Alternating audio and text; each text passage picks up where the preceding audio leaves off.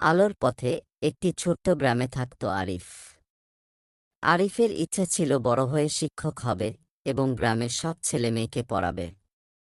কিন্তু আরিফের পরিবারের আর্থিক অবস্থা খুব খারাপ ছিল, তাই তাকে ছোট থেকেই কাজ করতে হতো। একদিন আরিফের সাথে পরিচয় হলো গ্রামের নতুন শিক্ষক মিস হেলেনের। তিনি আরিফের ইচ্ছার কথা শুনে বললেন, আরিফ, আমি তোমাকে প্রতিদিন স্কুল শেষে পড়াবো। তুমি যদি কঠোর পরিশ্রম করো তাহলে তুমি একদিন নিশ্চয়ই শিক্ষক হতে পারবে। আরিফ প্রতিদিন মিস হেলেনের কাছে পড়া শুরু করল। সে দিন দিন অনেক ভালো করতে লাগল। পরীক্ষার ফলাফলেও সে সবার শীর্ষে ছিল। কয়েক বছর পর আরিফ স্কুলে শিক্ষক হিসেবে যোগ দিল।